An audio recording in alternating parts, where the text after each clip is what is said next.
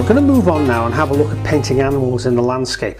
Dogs and cats, obviously. We'll look at farm animals, sheep and horses, cows and so on. And we'll look at animals in the wild as well. What I'm doing here with showing you these 5 random examples is actually how similar the frame of an animal is, regardless of its size or shape and regardless of what sort of skin is on top of it.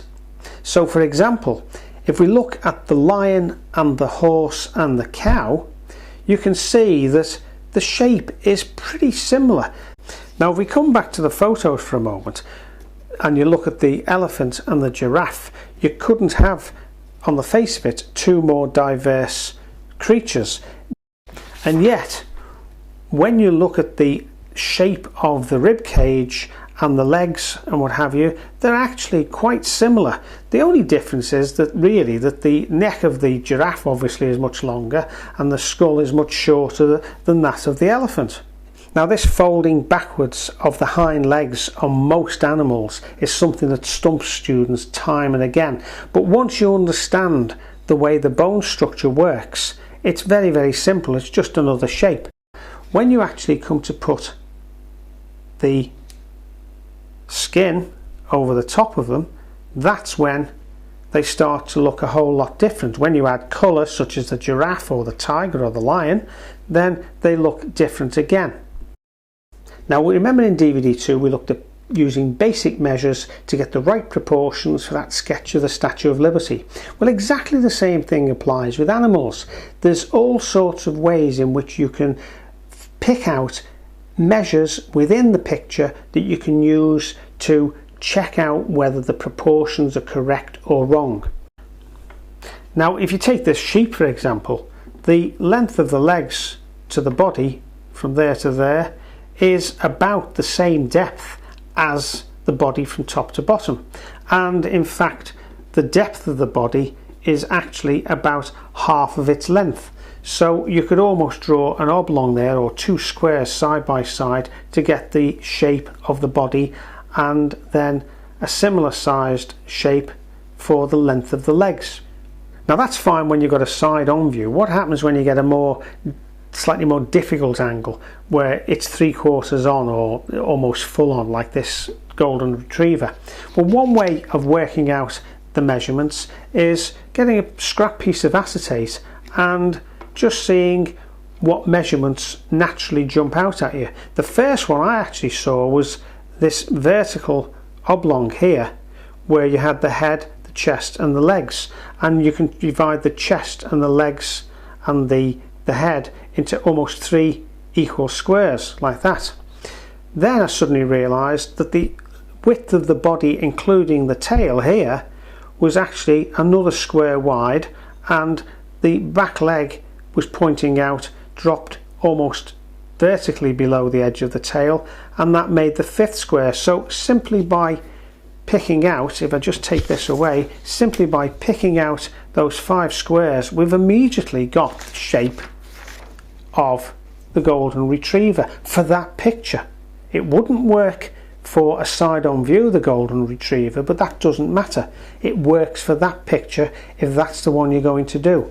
So let's work our way through now a whole series of animals. I'm going to do some domestic and farm animals, I'm going to do wild animals, I'm going to do some birds as well. And let's see how simple it is to do all of these animals in watercolour.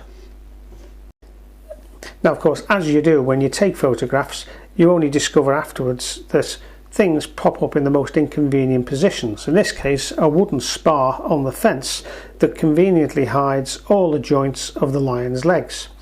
But fortunately I'd taken some other photographs at roughly the same time, and in this case the joints are clearly visible. So it's always a good point, particularly with digital cameras where extra shots don't really cost you anything, to take as many photographs as you can. In fact, take more than you think you need. If I'm looking to do a key measure, then I can see 1 square like that, approximately. Don't forget these are approximate measurements.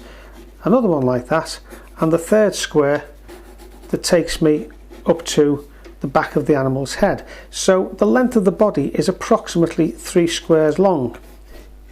And then for the leg length, using the same measure. That head length takes us from this point here where the leg meets the underbelly to just below the joint here, this joint, which you can see a bit easier there. And then to get the last little bit in terms of the height straight downwards is about half of that measure. In other words, half of one of these measures is that extra little bit of the leg that comes down to the paw.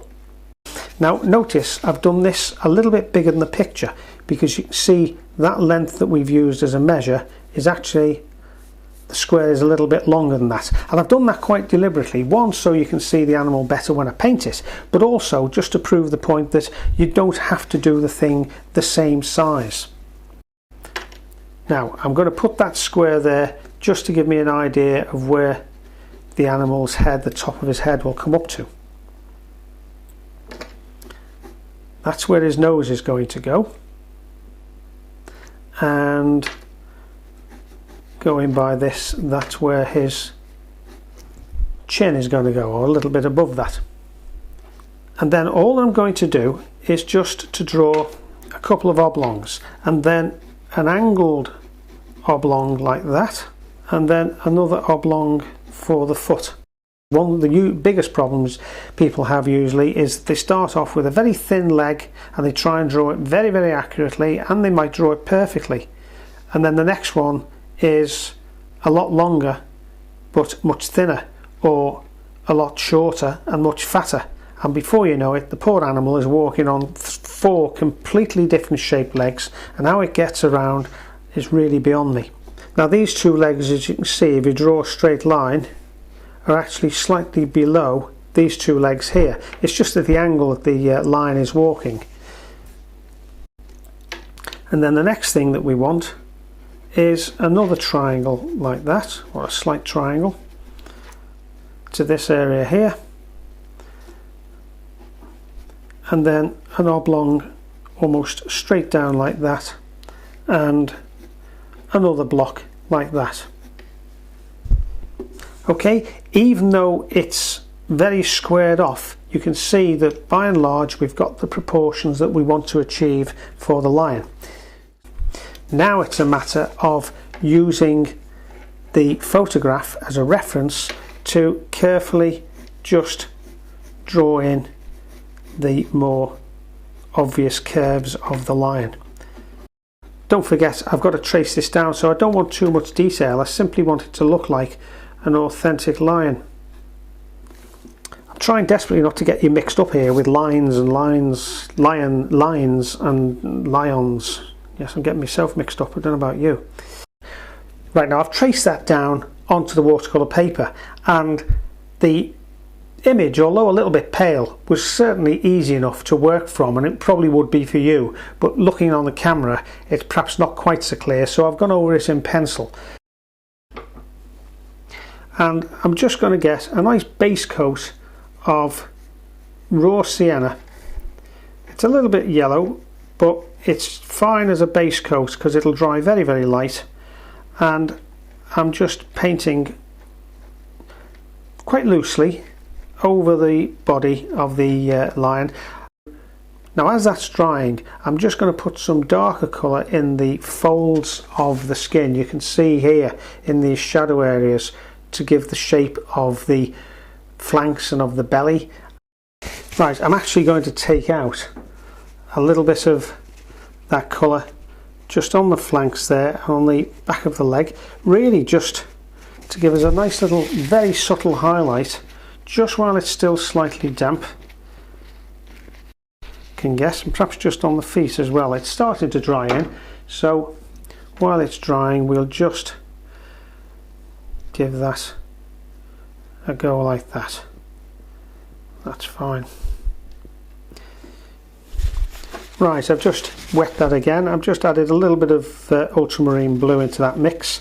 Just gives a very slightly darker shadow underneath the flanks, underneath the belly rather, and just ease that out like that. That's fine. Right, I'm going to put a reasonably strong mix of burnt umber on the lion's mane, but this is actually not going to be the darkest colour in the end. This will going to actually be the lighter colour of the main. I'll put the shadows in by adding some more burnt umber and some ultramarine blue. But I hope you can see that once you've actually got the drawing done, the fun part, and it's not going to take too long. I'm not going to spin this out any longer than necessary because I've got a lot of animals to get through. But the fun part of this is actually when you come to paint it. Right, we're nearly there now. Just a very strong dark mix of burnt umber and ultramarine blue to give us almost a black for the eyes, or for the eye that you can see, and for the nose and the mouth. Right, just add a few little streaks of very pale raw sienna just here and there, and it gives it almost like a slightly mottled effect. And then if you damp, particularly if you damp out like that, and remember, as with the humans, you can get away with this sort of indeterminate shadow on the ground. And what I want you to understand, which is the most important thing, is do not be worried by seeing an angle like this where there's a lot of foreshortening. At the end of the day, as I've shown you already with that little piece of acetate, all that this is a series of shapes.